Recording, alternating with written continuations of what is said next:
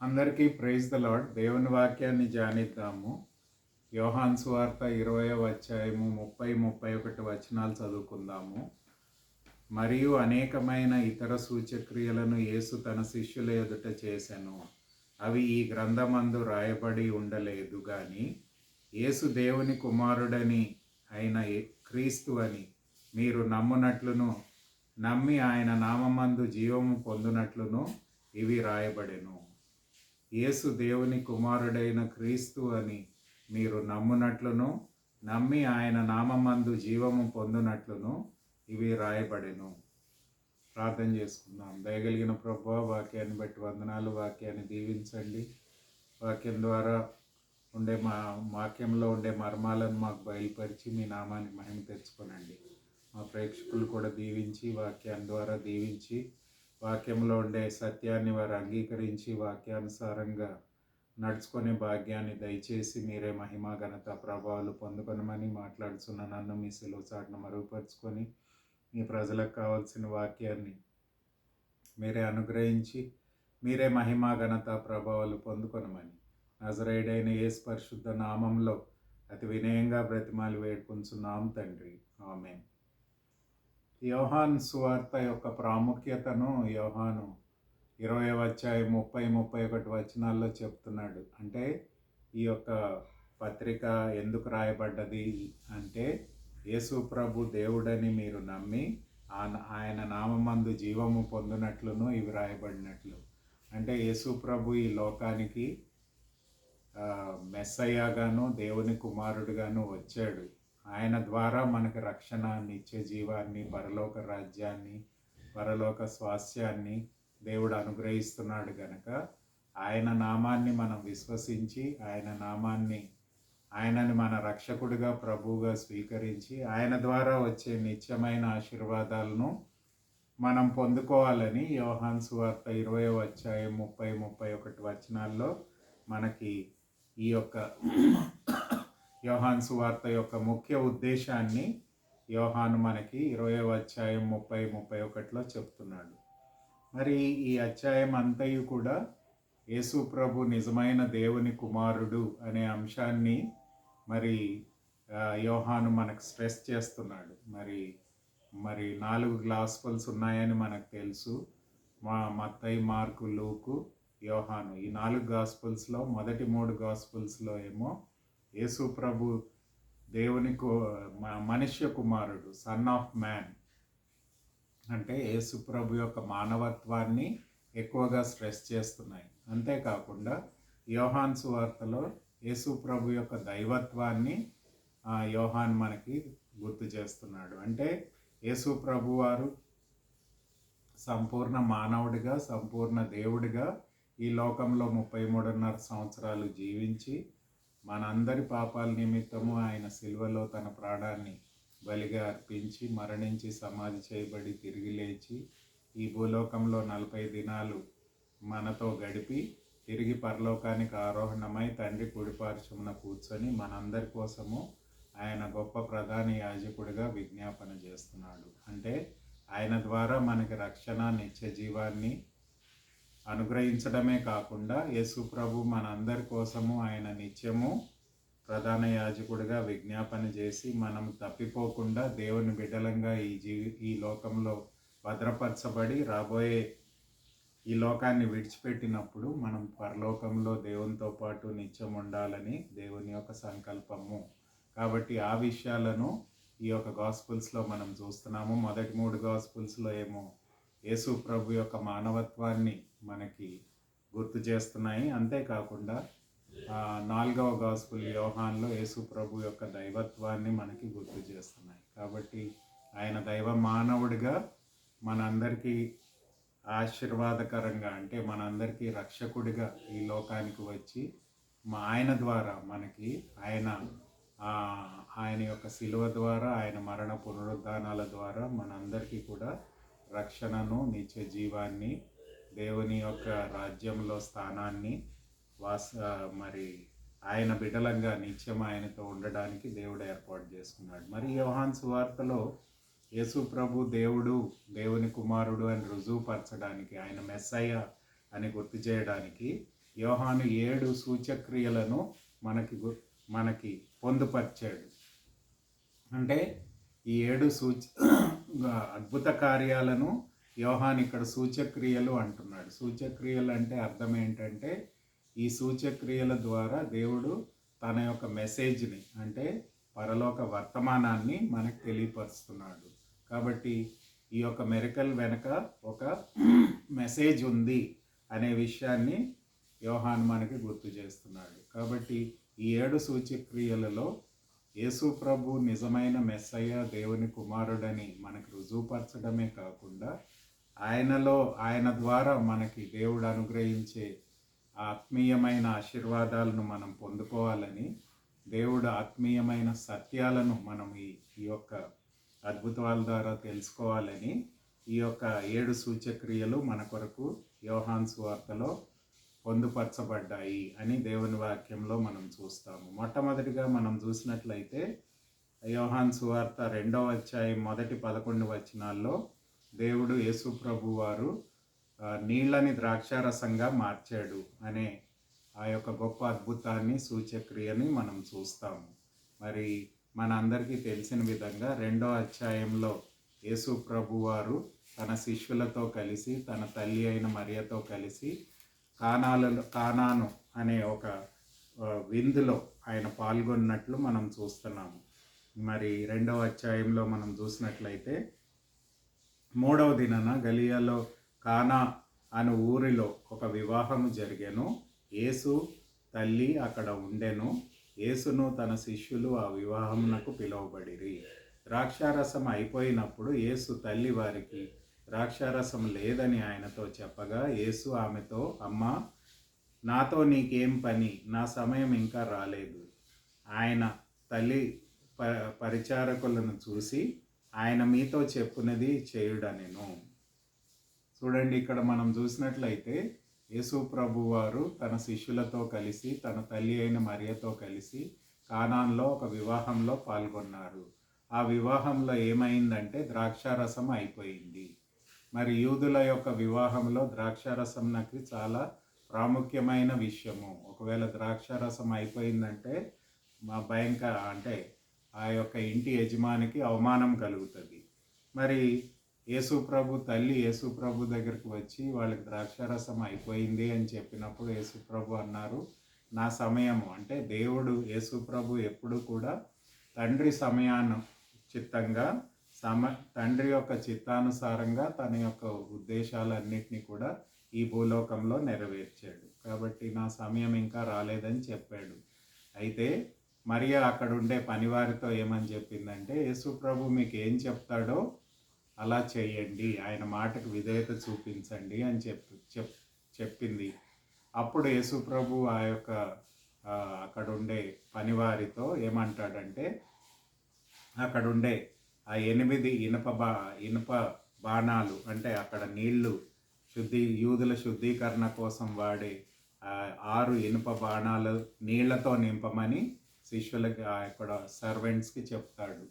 వెంటనే వాళ్ళు దేవుని మాటను విని అంచులు మట్టుకు ఆ యొక్క రాతి బాణాలలో నీళ్లు నింపుతారు. అయితే తర్వాత యేసుప్రభు ఏమంటాడంటే, ఆ రాతి బాణాల్లోంచి ఒక చెంబును ముంచి ఆ యొక్క విందు ప్రధాని వద్దకు తీసుకువెళ్ళండి అని చెప్తాడు. అప్పుడు వెంటనే ఆ యొక్క సేవకులు ఆ రాతి బాణంలోంచి ఒక చెంబు ముంచి ఆ యొక్క విందు ప్రధాని వద్దకు తీసుకువెళ్తారు. ఆ విందు ప్రధాని దాన్ని రుచి చూసినప్పుడు ఆ నీళ్లు ద్రాక్షారసంగా మారి చాలా రుచికరంగా మార్చబడ్డాయి అని ఆయన చెప్తూ విందు యొక్క యజమానిని పిలిచి, మీరు ప్రశస్తమైన ద్రాక్షారసంని ఇప్పటిదాకా పెట్టుకున్నారు అని వారిని అంటే విందు యొక్క యజమానిని ప్రశంసించాడు. చూడండి, యేసు ప్రభు వారు ఆ యొక్క పెళ్లిలో ఉండడం ద్వారా వారి యొక్క కొలత తీర్చబడ్డది.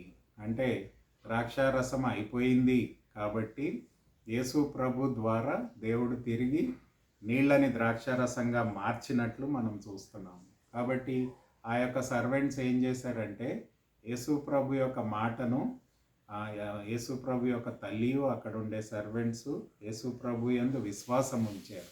అంతేకాకుండా యేసు ప్రభు చెప్పినట్టు చేశారు. అంటే నీళ్లతో నింపమన్నాడు ఆ రాతి బాణాలని. అంతేకాకుండా ఆ విందు ప్రధాని వద్దకి ఆ నీళ్లు తీసుకొని వెళ్ళి ఇవ్వమని చెప్పాడు. అయితే ఎప్పుడైతే విశ్వాసము, విధేయతను ఆ యొక్క తల్లియు మరియు ఆ యొక్క సర్వెంట్స్ని ప్రదర్శించారో దేవుడు నీళ్ళని ద్రాక్షారసంగా మార్చాడు అని దేవుని వాక్యంలో మనం చూస్తున్నాం. అంటే చూడండి, ఇక్కడ 4 ప్రాముఖ్యమైన విషయాలు ఏంటంటే, దుఃఖంలో ఉండే ఆ కుటుంబానికి దేవుడు ఆనందాన్ని ఇచ్చాడు. మరి ఆ ద్రాక్షారసం ఆనందానికి సాదృశ్యంగా ఉంది అని దేవుని వాక్యంలో మనం చూస్తున్నాం. కాబట్టి దుఃఖంని ఆనందంగా మార్చాడు. కాబట్టి వారి దుఃఖాన్ని తీసివేసి సంతోషాన్ని, ఆనందాన్ని దేవుడు ఆ విందులో వారికి దయచేశాడు అని మనం చూస్తున్నాము. అంతేకాకుండా ఖాళీ అయిపోయిన ద్రాక్షారసాన్ని మళ్ళీ సమృద్ధి అయిన ద్రాక్షారసం, emptiness was converted into fullness, అంటే ఖాళీతనాన్ని దేవుడు తీసివేసి సంపూర్ణతను దేవుడు అనుగ్రహించాడు. అంతేకాకుండా ద్రాక్షారసం అయిపోయినందుకు ఆ ఇంటి యజమానికి అవమానం కలిగింది కాబట్టి అవమానాన్ని తీసివేసి దేవుడు యేసు ప్రభు వారు ఘనతను అనుగ్రహించాడు. ఈ removed dishonour and gave them honour. మరి అంతేకాకుండా మరి యూదుల శుద్ధీకరణ కోసము ఆ నీళ్ళని ఆ యొక్క రాతి బాణాల్లో వాడతారు. అది ఓన్లీ ఎక్స్టర్నల్ క్లెన్సింగ్, అంటే శరీరాన్ని పరిశుద్ధపరుస్తాయి. కానీ దేవుడు యేసు ప్రభు వారు అంతరంగ పరిశుద్ధతను కలగజేయడానికి దేవుడు ఈ లోకానికి వచ్చాడు. అంతేకాకుండా 3వ దినాన్ని ఈ కార్యం చేశాడంటే అది పునరుద్ధానానికి, యేసు ప్రభు మరణించి సమాధి చేయబడి తిరిగి 3వ దినాన్న లేచాడు కాబట్టి ఆ పునరుద్ధానానికి 3వ దినం సాదృశ్యంగా ఉంది. అంతేకాకుండా యేసు ప్రభు is the source of life, జీవానికి ఆయన కారకుడు. కాబట్టి ఈ నీళ్ళని ద్రాక్షారసంగా మార్చాడు అనే అంశంలో మనం చూసినట్లయితే దేవుడు సమయానికి అధికారి. He has power over time. సమయం పైన ఆయన శక్తి కలిగిన వాడు. మరి మనకి జీవాన్ని ఇచ్చే దేవుడు, నిరుత్సాహాన్ని తీసివేసి ఆనందాన్ని ఇచ్చే దేవుడు, ఖాళీతనాన్ని తీసివేసి సమృద్ధిని ఇచ్చే దేవుడు. మరి అంతేకాకుండా మరి అవమానాన్ని తీసివేసి ఘనతనిచ్చే దేవుడు. అంతేకాకుండా అంతరంగ పరిశుద్ధతనిచ్చే దేవుడు. కాబట్టి దేవుని యొక్క కృపను, దేవుని యొక్క మహిమను మనము ఈ అద్భుతంలో చూడగలుగుతాము. కాబట్టి ఎప్పుడైతే యేసు ప్రభు నీళ్ళని ద్రాక్షారసంగా మార్చాడో, యేసు ప్రభు యొక్క కుటుంబ సభ్యులు, మరి అంతేకాకుండా యేసు ప్రభు యొక్క శిష్యులు, మరి తల్లిగారును శిష్యులు ఆయన నిజమైన దేవుని కుమారుడని ఆయన మీద విశ్వాసం ఉంచారు. యేసు ప్రభు చేసిన మొట్టమొదటి సూచక్రియలో శిష్యులు పాల్గొని ఆయన యందు విశ్వాసం ఉంచారు. కాబట్టి మనం కూడా యేసు ప్రభు యందు విశ్వాసం ఉంచితే ఆయన మన దుఃఖాన్ని తీసేసి ఆనందాన్ని ఇస్తాడు. మరి అవమానాన్ని తీసివేసి ఘనతనిస్తాడు. ఖాళీతనాన్ని తీసివేసి సమృద్ధినిస్తాడు. మన అంతరంగ శుద్ధీకరణ కలుగజేస్తాడు. మన ఆయన జీవాధిపతి కాబట్టి ఆయన జీవాన్ని మనకు అనుగ్రహిస్తాడు అని దేవుని వాక్యంలో మనం చూస్తున్నాము. మన సమయాన్ని ఆయన దీవెనకరంగా మార్చుతాడు అని దేవుని వాక్యంలో మనం చూస్తున్నాము. కాబట్టి ఈ సూచక్రియ ద్వారా దేవుడు తన మహిమను, తన యొక్క గొప్పతనాన్ని మనకు బయలుపరుస్తున్నాడు. కాబట్టి యేసు ప్రభు నిజమైన దేవుని కుమారుడు, మెస్సయ్య అని మనము విశ్వాసం ఉంచాలి అని ఈ సూచక్రియ మనకు తెలియపరుస్తుంది. రెండవ సూచక్రియ ఏంటంటే హీలింగ్ ద అఫీషియల్ సన్. ఒక రోమా ప్రభుత్వంలో ఉండే అధికారి యొక్క కుమారుని చావు బ్రతుకుల్లో ఉంటే అతన్ని దేవుడు యేసు ప్రభు వారు ముట్టి స్వస్థపరిచారు. మరి 4వ అధ్యాయము 43 నుంచి 54 వరకు ఈ రెండవ సూచక్రియను మనం చూస్తాము. మరి ఇక్కడ మనం చూసినట్లయితే ఆ యొక్క అధికారి ఎంతో దుఃఖంతో వచ్చాడు, బాధలో వచ్చాడు. కాబట్టి యేసు ప్రభు నా కుమారుని ముట్టి స్వస్థపరచగలడు అని ఒక విశ్వాసము ఆయనలో ఉండింది కనుక he came to Jesus with crisis faith. అంటే మరి ఎంతో బాధలో దేవుని యందు విశ్వాసం ఉంచుతూ ఆయన దగ్గరకు వచ్చాడు. కానీ యేసు ప్రభు ఆయన ద్వారా ఏమైందంటే యేసు ప్రభుని తన ఇంటికి రమ్మని కోరాడు.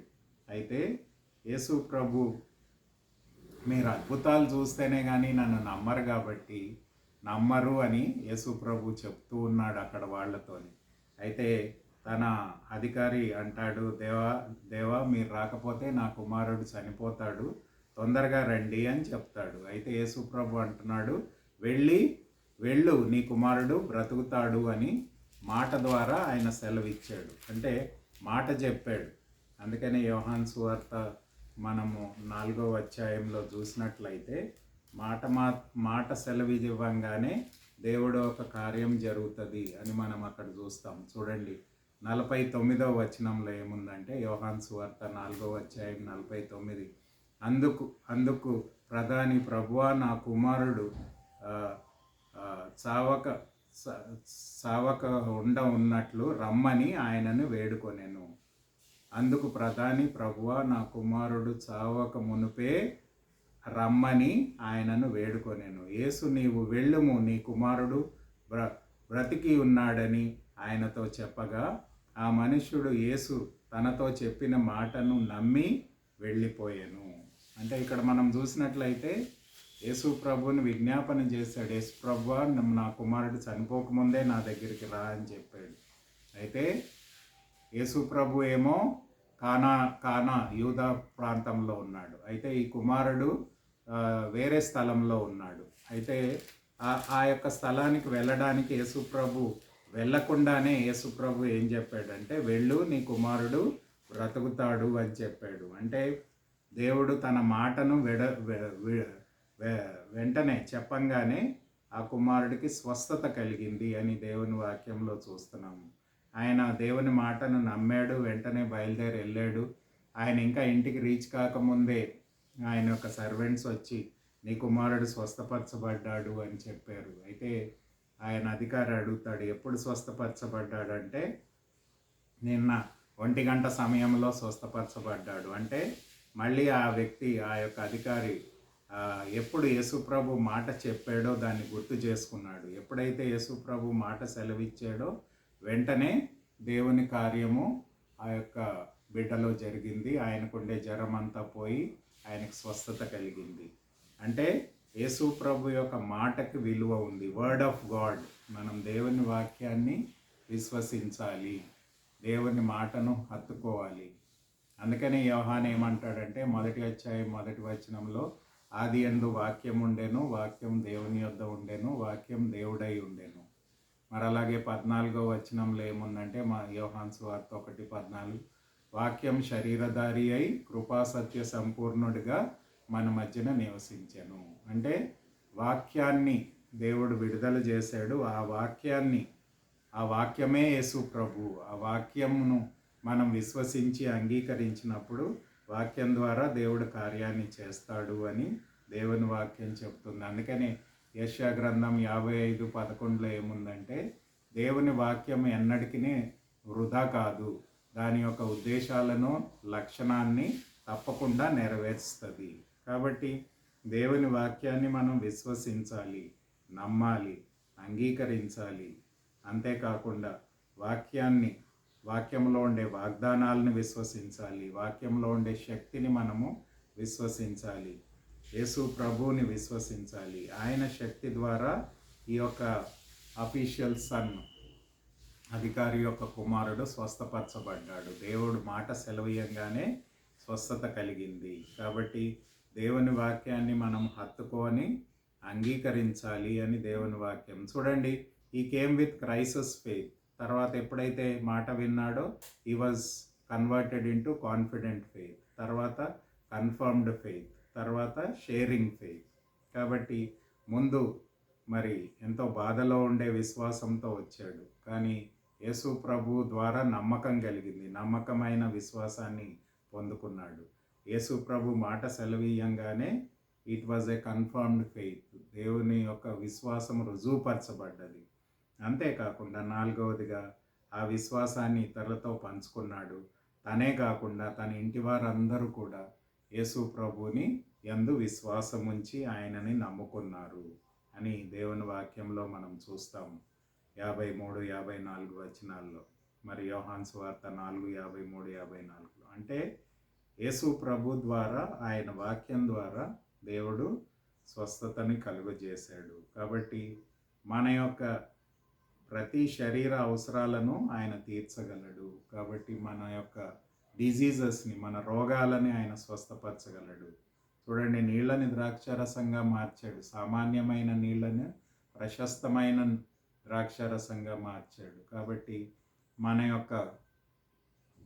యొక్క అవసరాలను తీర్చగలడు. అంతేకాకుండా మన యొక్క రోగములను ఆయన స్వస్థపరచగలడు అని దేవుని వాక్యంలో మనం చూస్తున్నాము. కాబట్టి మనము దేవుని యందు విశ్వాసం ఉంచాలి, వాక్యానికి విధేయత చూపాలి. మరి దేవుని వాక్యాన్ని మనము హత్తుకోవాలి. వాక్యంలో యొక్క వాగ్దానాలను, శక్తిని మనం ఆశ్రయించాలి. అప్పుడే దేవుని కార్యాన్ని మనం చేస్తాము అని, చూస్తాము అని దేవుని వాక్యంలో రాయబడి ఉంది.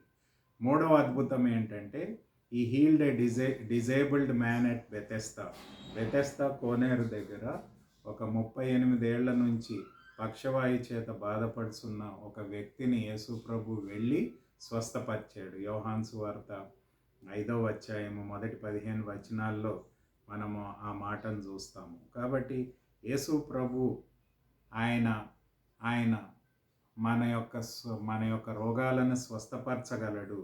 అంటే ఈ యొక్క వ్యక్తి ఎలా ఉన్నాడంటే, చనిపోయిన స్థితిలో ఉన్నాడు. పక్షవాయు చేత 38 సంవత్సరాల నుంచి బెతెస్దా కోనేరు దగ్గర పడి ఉన్నాడు. నిస్సహాయ స్థితిలో ఉన్నాడు. ఎవరు ఆయనకు సహాయం చేయట్లేదు, ఎవరు ఆయన దగ్గరికి వెళ్ళట్లేదు, ఎవరు ఆయన పట్టించుకోవట్లేదు. అలాంటి నిస్సహాయ స్థితిలో ఉన్న వ్యక్తి దగ్గరికి వెళ్ళి యేసు ప్రభు ఏమంటాడంటే, చూడండి, యోహాను సువార్త 5వ అధ్యాయం 6వ వచనంలో అంటాడు. ఏమంటాడంటే, అక్కడ 38 ఏళ్ల నుంచి వ్యాధి గల ఒక మనుష్యుడు ఉండెను. యేసు వాని యొద్దకు వాడు పడి ఉండుట చూచి, అప్పటికి బహుకాలం నుండి ఆ స్థితిలో ఉన్నాడని ఎరిగి, స్వస్థపడగోరుచున్నావా అని వానిని అడిగాను.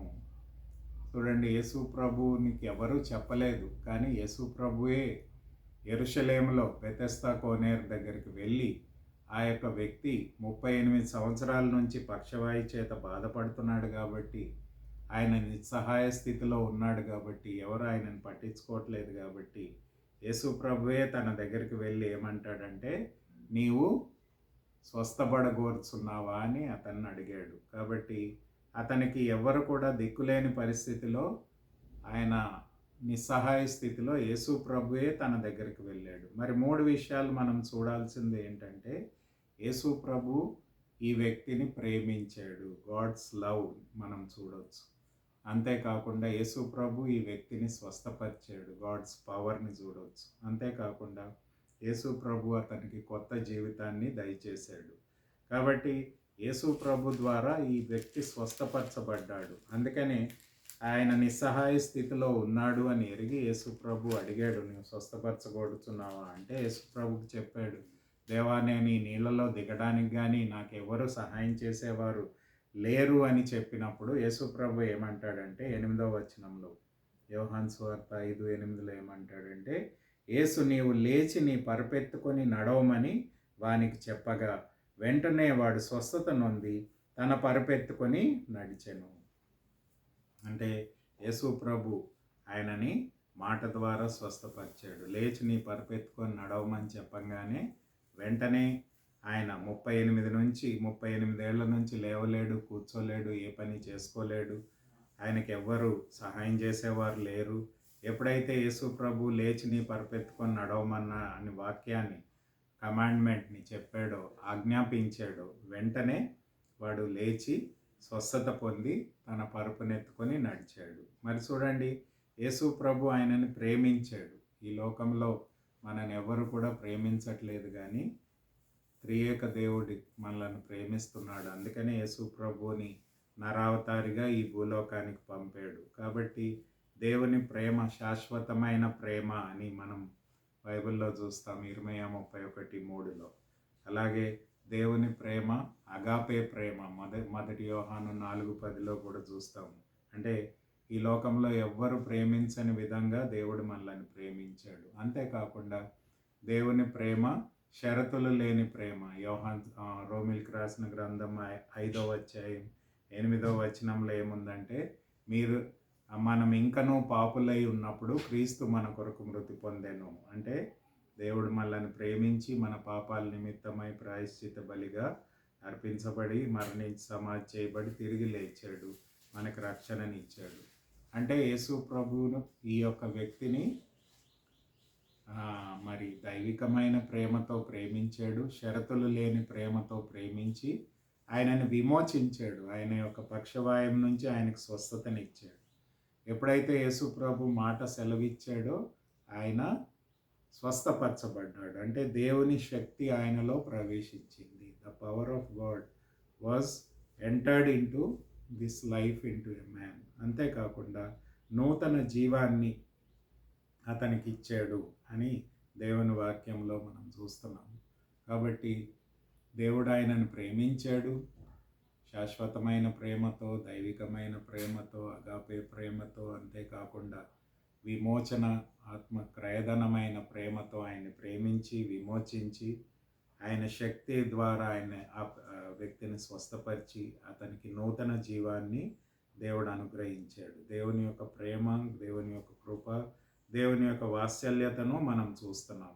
కాబట్టి యేసు ప్రభు సర్వాధికారి, సర్వశక్తిమంతుడు, సర్వోన్నతమైన దేవుడు. ఆయన సమయాన్ని పైన ఆయన అధికారం కలిగిన దేవుడు అని దేవుని వాక్యంలో చూస్తున్నాం. అంతేకాకుండా ఇంకొక మాటను కూడా ఈ యొక్క పక్షవాయు గలవానికి చెప్పాడు. 5వ అధ్యాయం 14వ వచనంలో ఏమంటాడంటే, నువ్వు ఇక నుంచి పాపము చేయొద్దు. అతన్ని టెంపుల్లో చూశాడు యేసు ప్రభు వారు. టెంపుల్లో చూసి ఏమంటాడంటే 5వ అధ్యాయం 14వ వచనంలో ఏమంటాడంటే, నీవు అటు తర్వాత యేసు దేవాలయంలో వానిని చూచి, ఇదిగో స్వస్థత నొందితివి, మరియు ఇక కీడు నీకు కలుగుకుండునట్లు ఇకను పాపము చేయుకమని అతనికి చెప్పాను. అంటే చూడండి, పాపము వలన మనం శాపాన్ని, మరి అస్వస్థతని, మరి అంతేకాకుండా మరణాన్ని మనం పొందుకుంటున్నాం. కాబట్టి నీవు ఇంక నుంచి పాపం చేయకుండా ఉండాలి, పరిశుద్ధంగా జీవించాలి.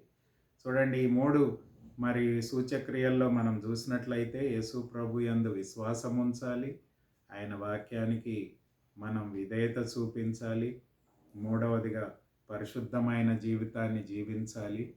మరి అంతేకాకుండా 15వ వచనంలో అప్పటిదాకా ఆ యొక్క పక్షగలవాయు ఎవరు స్వస్థపరిచారో తెలియదు, కానీ ఎప్పుడైతే యేసు ప్రభు ఆయనతో మాట్లాడి పరిశుద్ధ జీవితాన్ని జీవించాలి అని టెంపుల్లో చెప్పాడో, అక్కడ ఉండే మరి రిలీజియస్ లీడర్స్ అందరికీ కూడా యేసు ప్రభు నన్ను స్వస్థపరిచాడు అని సాక్ష్యం ఇచ్చాడు. కాబట్టి మనకి విశ్వాసం ఉండాలి, విధేయత ఉండాలి, పరిశుద్ధ జీవితం ఉండాలి. యేసు ప్రభు నిజమైన దేవుడని ఈ యొక్క పక్షవాయు గలవాడు అక్కడ ఉండే అధికారులకి అందరికీ కూడా సాక్ష్యం ఇచ్చినట్లు మనం కూడా సాక్ష్యం ఇవ్వాలి అనేది ఈ 3 ప్రాముఖ్యమైన అద్భుత కార్యాల్లో మనం చూస్తున్నాము అని దేవుని వాక్యం మనకు బోధిస్తుంది. 4వ విషయం ఏంటంటే, 5,000 మందికి యేసు ప్రభు ఆహారం పెట్టాడు. మరి యోహాను సువార్త 6వ అధ్యాయము 1 నుంచి 14 వచనాల్లో మనం చూసినట్లయితే, యేసు ప్రభు దగ్గరికి అనేక మంది ప్రజలు పరిగెట్టుకొని వస్తారు. ఆ పరిగెట్టుకొని వచ్చిన వాళ్ళు ఏమంటారంటే, యేసు ప్రభుని కలవడానికి, అంటే ఆయన చేసిన అద్భుతాలను చూసి అనేక మంది ఆయనని వెంబడిస్తూ పరిగెట్టుకొని వస్తారు. మరి వాళ్ళందరినీ చూసినప్పుడు యేసు ప్రభు శిష్యులతో ఏమంటాడంటే, వాళ్ళు ఆకలిగొని ఉన్నారు కనుక వాళ్ళకి మనం ఆహారం పెట్టాలి అని దేవుడు యేసు ప్రభు వాళ్ళకి చెప్పాడు. అయితే అక్కడ ఉండే శిష్యులు అంటారు, మరి వాళ్ళకి ఆహారం పెట్టాలంటే, మనము ఇంతమందికి ఆహారం పెట్టాలంటే మనకి చాలా డబ్బులు కావాలి అని చెప్పారు. అయితే 6వ అధ్యాయం 14 వచనాల్లో ఉంది, మరి ఆహారం పెట్టడానికి డబ్బులు కావాలి, 8 నెలల జీతం అయినా సరిపోదు వీళ్ళకి ఆహారం పెట్టడానికి. ఎందుకంటే 5,000 మంది పురుషులు ఉన్నారు, అలాగే స్త్రీలు ఉన్నారు, పురుషులు ఉన్నారు. కాబట్టి దాదాపు 20,000 మంది ఉన్నారు. వీళ్ళకి ఆహారం పెట్టలేము అని చెప్పారు. తర్వాత మరి ఆంద్రూ అనే డిసైపుల్ ఏం చేశాడంటే, ఒక చిన్న బాలుడి దగ్గర 5 రొట్టెలు 2 చేపలు ఉన్నప్పుడు ఆ బాలుడు యేసు ప్రభుకి ఇవ్వడానికి ముందుకొచ్చాడు. అంటే ఆ చిన్న బాలుడు తెచ్చుకున్న టిఫిన్ని యేసు ప్రభు దగ్గరికి తెచ్చారు. 5 రొట్టెలు 2 చేపలు. మరి ఈ యొక్క చిన్న టిఫిన్ని దేవుడు ఏం చేశాడంటే, మనకు తెలిసిన విధంగా ఆయన పరలోకం వైపు తన కనులెత్తి కృతజ్ఞతాస్తుతులు చెల్లించి ఆ 5 రొట్టెలను 2 చేపలను విరిచి శిష్యులకు ఇచ్చి మనుషులందరినీ కూర్చోబెట్టి వాళ్ళకి పంచిపెట్టమని చెప్పాడు. మరి చూడండి, ఆ వచ్చిన వారందరికీ కూడా ఆహారము ఆ 5 రొట్టెలు 2 చేపలని యేసుప్రభు ఎప్పుడైతే కృతజ్ఞతాస్తుతులు చెప్పి దీవించి విరిచి శిష్యులకు ఇచ్చాడో వాళ్ళందరికీ పంచిపెట్టారు. అంటే 5,000 మంది పురుషులు, అలాగే స్త్రీలు, పిల్లలు అందరూ కూడా ఆ యొక్క విందులో పాల్గొన్నారు. అయితే వాళ్ళందరూ కూడా తినగా కూడా 12 గంపలు మిగిలినాయి అని మనం చూస్తున్నాము. కాబట్టి యేసు ప్రభు ఈ చేసిన అద్భుతాన్ని బట్టి మనం తెలుసుకునేది ఏంటంటే, యేసు ప్రభుకి ఈ 5 రొట్టెలు 2 చేపలు తీసుకొచ్చినప్పుడు దాన్ని దేవుడు ఆశీర్వదించి మల్టిప్లై చేశాడు. అంటే దానిని సమృద్ధిలోనికి తీసుకొచ్చాడు. అంటే మన దగ్గర ఉండే కొంచాన్ని దేవుని యొద్దకు తీసుకొస్తే దేవుడు దాన్ని మల్టిప్లై చేస్తాడు, దేవుడు దాన్ని సమృద్ధిగా ఆశీర్వదిస్తాడు అని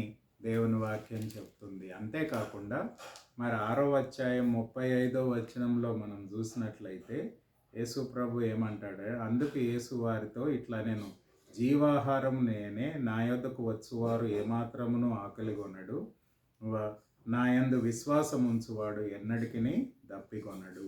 కాబట్టి మన ఆత్మీయమైన, మనకు శారీరకమైన ఆహారాన్ని పానీయాన్ని యేసుప్రభు ఇవ్వడమే కాకుండా మన ఆత్మీయమైన ఆహారాన్ని దప్పిని తీర్చగలిగిన దేవుడు యేసుప్రభు అని, జీవాహారం నేనే అని వాక్యంలో మనకు తెలియపరచబడుతుంది. కాబట్టి ఆత్మీయంగా శారీరకంగా మన యొక్క ఆత్మీయమైన ఆకలిని, ఆత్మీయమైన దాహాన్ని తీర్చగలిగిన దేవుడు యేసు ప్రభు అయి ఉన్నాడు అని దేవుని వాక్యం చెప్తుంది. కాబట్టి God is master over nature. ఆయన సమస్తానికి సర్వోన్నతమైన దేవుడు. మరి ఇశ్రాయేలు చరిత్రలో మనం చూసినట్లయితే వారు 40 ఏళ్ళు ఎడారిలో ప్రయాణం చేసినప్పుడు వాళ్ళు ఈ 40 సంవత్సరాలు కూడా పరలోక మన్నాని దేవుడు కురిపింపజేసి వాళ్ళకి శారీరకంగా బలహీనత కలగకుండా శరీర ఆహారాన్ని, పానీయాన్ని పరలోకం నుంచి దేవుడు అనుగ్రహించాడు. అలాగే ఇక్కడ కూడా యేసు ప్రభు వారు 5,000 మంది పురుషులు, మళ్ళీ స్త్రీలు, పిల్లలు కలిపి 20,000 మందికి 5 రొట్టెలు 2 చేపల్ని ఆశీర్వదించి విరిచి ఇవ్వడం ద్వారా వాళ్ళందరూ తిన్నా కూడా 12 గంపలు మిగిలినట్టు మనం చూస్తున్నాము. కాబట్టి ఈ అద్భుతం ద్వారా దేవుడికి మనము సాక్రిఫిషియల్గా ఇస్తే, అంటే త్యాగపూర్వకంగా చిన్న బాలుడు తన టిఫిన్ని యేసు ప్రభుకి ఇచ్చినందుకు ఆయన దాన్ని దీవించి 5,000 మంది పురుషులు, మళ్ళీ స్త్రీలు, పిల్లలకి ఆహారం పెట్టాడు కనుక మనము దేవునికి ఇచ్చిన కొంచెం, మన దగ్గర కొంచెం ఉన్నప్పటికీ అది దేవునికి సమర్పించినట్లయితే దాన్ని దేవుడు అధికం చేయగలడు అని దేవుని వాక్యం మనకు బోధిస్తుంది. ఇది 4వ ఆశీర్వాదము. కాబట్టి దేవుని యందు విశ్వాసం ఉంచాలి, విధేయత చూపించాలి, పరిశుద్ధ జీవితాన్ని జీవించాలి, సాక్ష్యం ఇవ్వాలి, ఆయనకు త్యాగపూర్వకంగా ఇచ్చేవారంగా ఉండాలి. అంతేకాకుండా 5వ అద్భుతం ఏంటంటే, యోహాను సువార్త 6:16-21లో మనం చూసినట్లయితే యేసు ప్రభు నీళ్ల మీద నడిచాడు అని దేవుని వాక్యంలో చూస్తున్నాం. అయితే యేసు ప్రభు వారు ఈ 5,000 మందికి ఆహారం పెట్టినాక శిష్యులని తన ఒక బోట్లో వెళ్ళమని చెప్పి తన వేరే స్థలంలో ప్రార్థనలో గడుపుతూ ఉన్నప్పుడు ఆ శిష్యులు ప్రయాణమై కపెర్నహూముకు వెళ్ళాలని ప్రయాణమై వెళ్ళినప్పుడు మధ్యదారిలో 2-3 మైళ్ళ దూరంలో వెళ్ళంగానే పెద్ద పెద్ద స్టామ్ అంటే వాళ్ళకి పెద్ద నీళ్ళంతా కూడా చెల్లాచెదురైపోయి వాళ్ళ బోట్ మునిగిపోయే పరిస్థితిలో ఉన్నప్పుడు వాళ్ళు గట్టిగా కేకలు వేశారు. అప్పుడు యేసు ప్రభు నీళ్ళ మీద నడుచుకుంటూ వాళ్ళ ధోని యొద్దకు వెళ్తాడు. చూడండి, నీళ్ళ మీద ఎవరం కూడా నడవలేము. యేసు ప్రభు నిజమైన దేవుని కుమారుడు కాబట్టి ఈ సస్పెండెడ్ గ్రావిటీ అంటే మరి ఈ భూలోకంలో మనం అందరం కూడా సెంటర్ ఆఫ్ గ్రావిటీని కలిగి ఉంటాం కాబట్టి ఎవరైనా నీళ్ళలో నడిస్తే మునిగిపోతాం.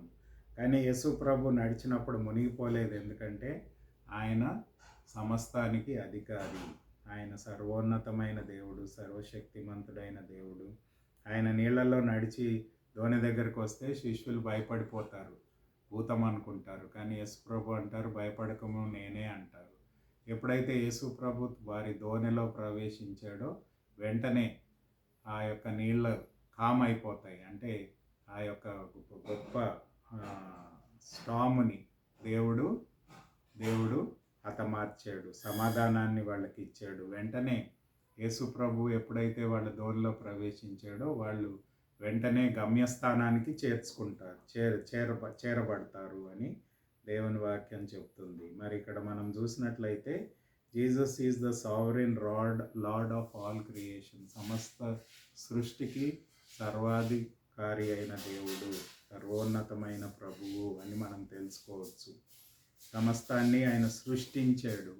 ఆయన సమస్తానికి అధికారి. అంటే సముద్రం కావచ్చు, ఈ యొక్క సూర్యుడు, నక్షత్రాలు కావచ్చు, ఈ నేచర్ అంతా కావచ్చు, ఇదన్నిటికీ కూడా దేవుడు అధికారి అయి ఉన్నాడు. ఎప్పుడైతే ఆయన ఆ శిష్యుల ఆ యొక్క బోట్లో ప్రవేశించాడో వాళ్ళు గమ్యస్థానానికి వెళ్ళారు. కాబట్టి ఈ యొక్క సముద్రం అనే లోకంలో మనం ఉన్నాము. కాబట్టి యేసు ప్రభువుని మనం కలిగి ఉండి ఆయన శక్తిని మనం ఆశ్రయించి ఆయన మన ధోనిలో ఉన్నప్పుడు మనకు సమాధానం కలుగుతుంది.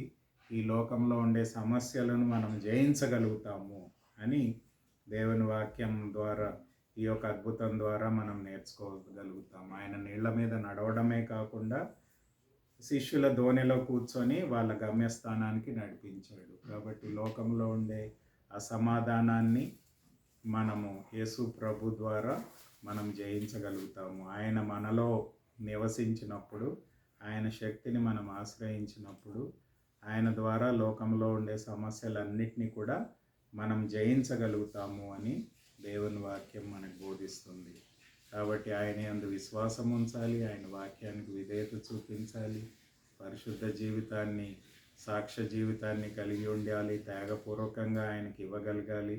ఆయనను మనం కలిగి ఉండి ఆయన శక్తిని ఆశ్రయించి ఆయన మీద ఆధారపడి ఆయన ద్వారా మనం లోకాన్ని జయించే వారంగా ఉండాలి అని దేవుని వాక్యం మనకు బోధిస్తుంది. 6వ అద్భుతం ఏంటంటే హీలింగ్ ద బాండ్ బ్లైండ్.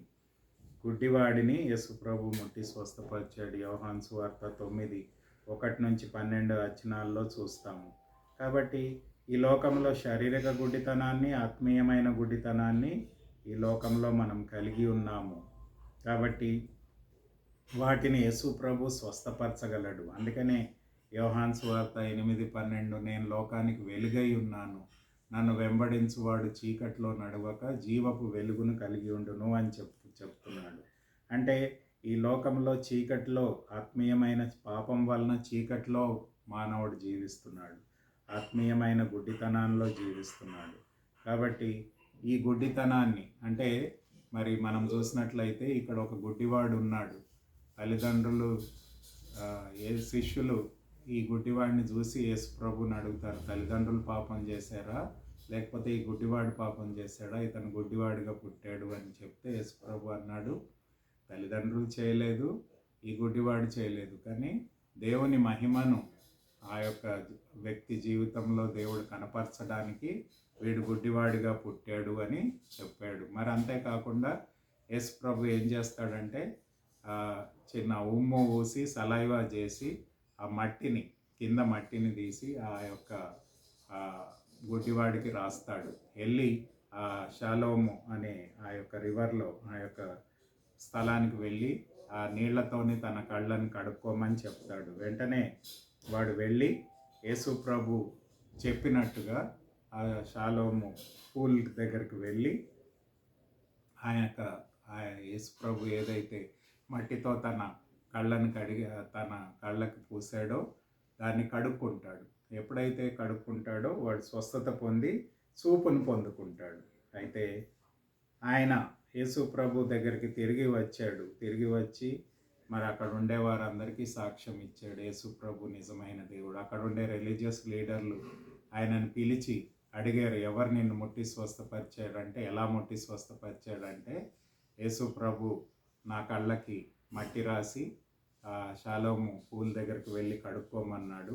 నేను ఎప్పుడైతే ఆయన మాటను విని కడుక్కున్నానో నాకు స్వస్థత కలిగింది అని చెప్తారు. అయితే అక్కడ నాయకులందరూ కూడా, లేదు ఈయన నిజమైన దేవుని కుమారుడు కాదు, మోషే ధర్మశాస్త్రం ప్రకారం ఈయన సబ్బాత్ దినాన్ని ఉల్లంఘించాడు, కాబట్టి ఈయన నిజమైన దేవుడు కాదు అని చెప్తున్నప్పటికీ ఆ గుడ్డివాడు అంటాడు, నీతిమంతుడే ఈ కార్యాలు చేయగలరు, పాపులు చేయలేరు.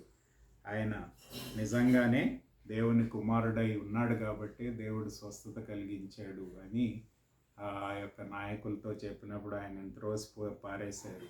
అయితే యేసు ప్రభు వాడిని కలిసి, ఇదిగో నీవు నన్ను నమ్మాలి, నేను నిజమైన దేవుని కుమారుడుని అని చెప్పినప్పుడు వెంటనే యేసు ప్రభుని ఆ యొక్క గుడ్డివాడు నమ్ముకొని ఆయనను ఆరాధించాడు. కాబట్టి మన జీవితంలో కూడా ఆయనని రక్షకుడిగా ప్రభువుగా ఎరగడమే కాకుండా, విశ్వాసము విధేయతతో జీవించడమే కాకుండా, పరిశుద్ధతను కలిగి జీవించడమే కాకుండా, సాక్ష్యం ఇవ్వడమే కాకుండా, మన దగ్గర ఉన్నది ఆయన దగ్గరకు తీసుకొచ్చి త్యాగపూర్వకంగా ఇవ్వడమే కాకుండా, ఆయనను కలిగి ఉండి ఆయన శక్తిని ఆశ్రయించడమే కాకుండా, ఈ గుడ్డివాని వలె మనం కూడా ఆయనని ఆరాధించే వ్యక్తులంగా ఉండాలి, ఆయనని స్తుతించి మహిమపరిచే వ్యక్తులంగా ఉండాలి అని దేవుని వాక్యం చెప్తుంది. కాబట్టి ఈ చివరి అద్భుతం ఏంటంటే, లాజర్ని, చనిపోయిన లాజర్ని ఆయన లేపాడు. యోహాను సువార్త 11వ అధ్యాయము 17 నుంచి 45 వచనాల్లో మనం చూస్తాము. అయితే మరి మనకు తెలుసు, బేతనీ అనే ఊరికి యేసు ప్రభు తరచుగా వెళ్ళేవాడు. అక్కడ మరియా, మార్తా, లాజర్ అనే ఒక చిన్న కుటుంబము ఆయనను ఆహ్వానించి తరచుగా వారి ఇంట్లో ఉండి సమయాన్ని గడిపి వెళ్ళేవారు. అయితే ఒక సమయం వచ్చినప్పుడు లాజరు అనారోగ్యంతో బాధపడుతున్నాడు అని యేసు ప్రభుకి వచ్చి చెప్పారు. యోహాను సువార్త 11వ అధ్యాయం. అయితే యేసు ప్రభు తెలిసి కూడా ఆయన వాడి ఇంటికి వెళ్ళలేదు, ఎందుకంటే దేవుని యొక్క కార్యము జరగాలి అని. కాబట్టి లాజర్ చనిపోయాడు, సమాధి చేయబడ్డాడు, 4 రోజులు సమాధిలో ఉన్నాడు. అయితే తన చనిపోయాక యేసు ప్రభు ఆ బేతనీ గృహానికి వస్తున్నప్పుడు మార్తా తన యొద్దకు వచ్చి, దేవా యేసు ప్రభువా, నీ ఉంటే నా తమ్ముడు చనిపోయేవాడు కాదు అని చెప్పాడు. అయితే యేసు ప్రభు ఏమన్నాడంటే, యోహాను సువార్త 11వ అధ్యాయం 25-26 వచనాల్లో ఏముందంటే, పునరుద్ధానము జీవమును నేనే, నాయందు విశ్వాసం ఉంచువాడు చనిపోయినను బ్రతుకును, బ్రతికి నాయందు విశ్వాసం ఉంచువాడు ఎన్నటికీ చనిపోడు అని మార్తాతో యేసు ప్రభు చెప్తాడు. ఈ మాటలు నీవు నమ్ముతున్నావా అని అడుగుతాడు. అవును ప్రభువా, నమ్ముతున్నాను, అంత్యదినమున నా తమ్ముడు లేస్తాడు అని నేను నమ్ముతున్నాను అని చెప్తున్నాడు. అలాగే ఆయన ఇంకా ముందుకు వచ్చేసరికి మరియ కూడా ఆయన పాదాల యొద్దకు పడి, ప్రభువా నీవు ఉంటే నా సోదరుడు చనిపోయేవాడు కాదు అని చెప్పాడు. అయితే తను అందరితో కలిసి, యేసు ప్రభు అందరితో కలిసి ఆ యొక్క సమాధి దగ్గరికి, లాజర్ సమాధి దగ్గరికి వెళ్తారు. వెళ్ళి యేసు ప్రభు ఏమంటాడంటే, ఆ యొక్క బండను తొలగించమని చెప్తాడు. ఆ బండను తొలగించమని చెప్పగానే మార్తా అంటది, యేసు ప్రభువా 4 రోజులు అయిపోయింది చనిపోయి, ఆయన కుళ్ళిపోయి ఉంటాడు, వాసన వస్తుంది అంటే, యేసు ప్రభు అంటాడు, నా యందు విశ్వాసం ఉంచితే దేవుడు గొప్ప కార్యాన్ని చేస్తాడు అని చెప్పినప్పుడు ఆ బండను తొలగించారు. అయితే యేసు ప్రభు ఏమంటాడంటే, లాజరు బయటికి రా అని చెప్పంగానే లాజరు చనిపోయిన 4 రోజులు చనిపోయిన లాజరు బయటకు వచ్చాడు. అయితే ఆయనకు కట్లన్నీ తీసివేసి ఆయనను వెళ్ళనీయండి అని చెప్పంగానే ఆయన సంపూర్ణంగా స్వస్థత పొంది తిరిగి మామూలు వ్యక్తిగా జీవించాడు అని దేవుని వాక్యంలో మనం చూస్తున్నాము. కాబట్టి దేవుడు చనిపోయిన లాజరు 4 రోజులు సమాధి చేయబడిన లాజర్ని లేపాడు. ఇంతకుముందు కూడా యేసుప్రభు లేపాడు. మరి ఇద్దరిని ఒక విడో యొక్క కుమారుణ్ణి లేపాడు. మరి అంతేకాకుండా ఇంకొక స్త్రీని కూడా లేపాడు. కానీ ఈ అద్భుతంలో మనం చూసినట్లయితే ఆయన లాజరు సమాధి చేయబడి 4 రోజులు కుళ్ళిపోయాక యేసు ప్రభు అతన్ని లేపాడు. అంటే యేసు ప్రభు నిజమైన మెస్సయ్య, దేవుని కుమారుడు. ఆయన మరణం మీద అధికారం కలిగిన దేవుడు, సర్వోన్నతమైన దేవుడు, సర్వశక్తిమంతుడైన దేవుడు. ఆయన ఈ లోకానికి ఎందుకు వచ్చాడంటే పాపాన్ని, మరణాన్ని, సాతాన్ని జయించి మనకి విజయాన్ని దయచేయడానికే ఆయన ఈ లోకానికి వచ్చాడు. ఆయన సిలువలో తన ప్రాణాన్ని ఎందుకు పెట్టాడంటే ఆయన మరణ పునరుద్ధానాల ద్వారా ఆయన పాపాన్ని జయించాడు, మరణాన్ని జయించాడు, సాతాన్ని కూడా జయించాడు. అందుకనే యోహాను సువార్త 1 కొరింథీ 15:57లో పౌలు అంటాడు ఏంటంటే, మరణమా నీ ముళ్ళెక్కడ అని మనకి సంబోధిస్తాడు. అంటే యేసు ప్రభు మరణాన్ని, సాతాన్ని జయించాడు అనేది ఈ యొక్క అద్భుతానికి సాదృశ్యంగా ఉంది.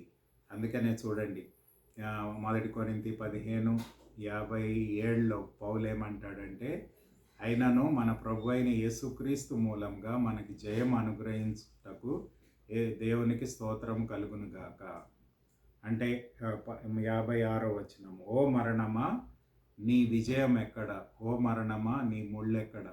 మరణపు ముళ్ళు పాపము యొక్క బలము ధర్మశాస్త్రమే. అయినను మన ప్రభు అయిన యేసుక్రీస్తు మూలముగా మనకి జయము అనుగ్రహించుటకు దేవునికి స్తోత్రం కలుగునుగాక.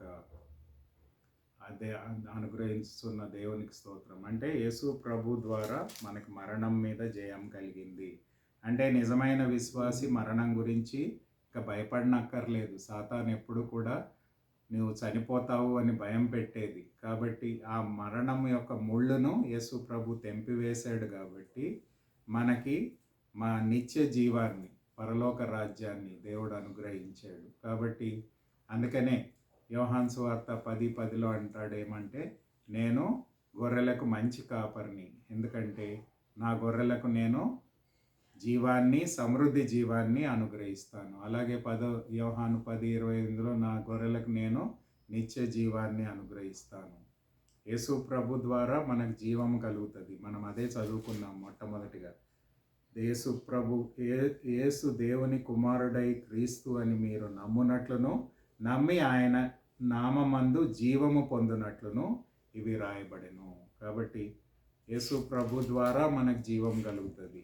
అంతేకాకుండా యోహాను సువార్త 3:16లో మనం చూసినట్లయితే, ఆయన యందు దేవుడు లోకమును ఎంతో ప్రేమించెను కనుక తన అద్వితీయ కుమారుని యందు విశ్వాసముంచు ప్రతివాడు నశింపక నిత్య జీవము పొందును. కాబట్టి యేసు ప్రభు ద్వారా మనం నిత్య జీవాన్ని పొందుకుంటాము. కాబట్టి యేసు ప్రభుని మన రక్షకుడుగా, ప్రభువుగా స్వీకరించి ఆయన యందు విశ్వాసం ఉంచి, ఆయన వాక్యానికి విధేయత చూపించి, పరిశుద్ధ జీవితము, సాక్ష్య జీవితాన్ని కలిగి ఉండి, మనకుండే సమస్తము ఆయనకు సమర్పించడం ద్వారా మనము అధికమైన ఆశీర్వాదాన్ని, సాక్రిఫిషియల్ లైఫ్ ద్వారా అధికమైన ఆశీర్వాదాన్ని పొందుకోవడమే కాకుండా ఆయన యందు ఆధారపడి లోకాన్ని మనం జయించే వారంగా ఉండాలి. అంతేకాకుండా ఆయన యందు విశ్వాసం ఉంచడం ద్వారా ఆత్మీయ గుడ్డితనాన్ని మనం పోగొట్టుకొని సత్యవాక్యాన్ని మనం ఎరిగి, సత్యం ద్వారా మనం స్వతంత్రులుగా, వెలుగు బిడ్డలంగా, ప్రకాశించే బిడ్డలుగా మనం జీవించాలి. అంతేకాకుండా ఆయన మరణాన్ని జయించాడు కాబట్టి మనం కూడా ఆయన ద్వారా ఈ లోకంలో భౌతికంగా చనిపోయినప్పటికీ మనము ఆత్మీయంగా నిత్య జీవాన్ని, పరలోక రాజ్యాన్ని స్వతంత్రించుకుంటాం. ఈ లోకాన్ని విడిచిపెట్టినప్పుడు మనం వెంటనే పరలోకంలో నిత్య జీవంలో ఆయనతో పాటు ఉంటాము. మరి ఆయన యేసు ప్రభు రెండోసారి రాబోతున్నాడు కాబట్టి ఆయన వచ్చినప్పుడు మన ఆత్మ రక్షింపబడినట్లయితే ఈ లోకాన్ని విడిచిపెట్టినప్పుడు పరలోకానికి నిత్య జీవాన్ని పొందుకుంటుంది. కాబట్టి యేసు ప్రభు రెండోసారి వచ్చినప్పుడు మన శరీరం కూడా లేపబడుతుంది. కాబట్టి ఆత్మీయమైన శరీరాన్ని మనం ధరించుకొని యేసు ప్రభుతో నిత్యం ఉంటాము అని దేవుని వాక్యం చెప్తుంది. కాబట్టి ఆ ప్రభువుని మనం అంగీకరించి ఆయన ద్వారా వచ్చే ఆత్మీయ ఆశీర్వాదాలను పొందుకొని ఆయన కొరకు మనం జయ జీవితాన్ని జీవించినప్పుడు ఆయన ఆయన ఆయన మనల్ని దీవించడమే కాకుండా ఆయన సాక్షులంగా మనం నిలబెట్టుకుంటాడు అని దేవుని వాక్యం మనకు బోధిస్తుంది. ఈ 7 అద్భుతాల ద్వారా దేవుడు తన సందేశాన్ని మనకు తెలియపరుస్తున్నాడు. ఆయన మెస్సయ్య, దేవుని కుమారుడు కనుక ఆయనను మనం హత్తుకోవడమే కాకుండా, అంగీకరించడమే కాకుండా, ఆయనకు మన జీవితాన్ని సమర్పించుకొని ఆయన్ని ఎల్లప్పుడూ వెంబడించే వారంగా ఉండాలి అని దేవుని వాక్యం చెప్తుంది. 10వ అధ్యాయము యోహాను సువార్త 10:27లో మనం చూసినట్లయితే 27-28, నా గొర్రెలు నా స్వరము వినును, నేను వారిని నెరుగుదును, అవి నన్ను వెంబడించును, నేను వాటికి నిత్య జీవం ఇచ్చుచున్నాను గనుక అవి ఎన్నటికి నశింపక ఎవడునో వాటిని నా చేతిలోంచి అపహరింపడు. చూడండి, యేసు ప్రభువుని మనం అంగీకరించడమే కాకుండా విశ్వాసము, విధేయత, పరిశుద్ధ జీవితాన్ని, సాక్ష్య జీవితాన్ని, సమర్పణ జీవితాన్ని, త్యాగపూర్వకమైన జీవితాన్ని, ఆయన మీద ఆధారపడే జీవితాన్ని, వెలుగు జీవితాన్ని, జీవంతో కూడిన జీవితాన్ని మనం జీవించడమే కాకుండా ఎల్లప్పుడూ ఆయనను వెంబడించే వారంగా ఉండాలి. ఆయనను హత్తుకొని ఆయన్ని వెంబడించినప్పుడు ఆయన మనల్ని కాపాడుతాడు, భద్రపరుస్తాడు, ఆయన రాజ్యంలో మనల్ని చేర్చుతాడు, ఆయన నిత్యమైన ఆశీర్వాదాలని మనకు ఎల్లప్పుడూ దయచేస్తాడు. కాబట్టి మనం ఆయన యొద్ద నుంచి తొలగిపోకుండా ఆయన బిడ్డలంగా ఎల్లప్పుడూ ప్రకాశవంతమైన, మహిమకరమైన, దేవుణ్ణి మహిమపరిచే జీవితాన్ని మనం జీవించాలి అని దేవుని వాక్యం చెప్తుంది. కాబట్టి ఆయనని దేవుడు కోరిన గుణలక్షణాలతో వెంబడిస్తూ ఆయన నామానికి మహిమ తెచ్చే వారంగా ఎల్లప్పుడూ జీవించి దేవుణ్ణి ఘనపరచాలి అని దేవుని వాక్యం చెప్తుంది. అలాంటి కృపను దేవుడు మనందరికీ కూడా దయచేయును గాక. ఆమేన్.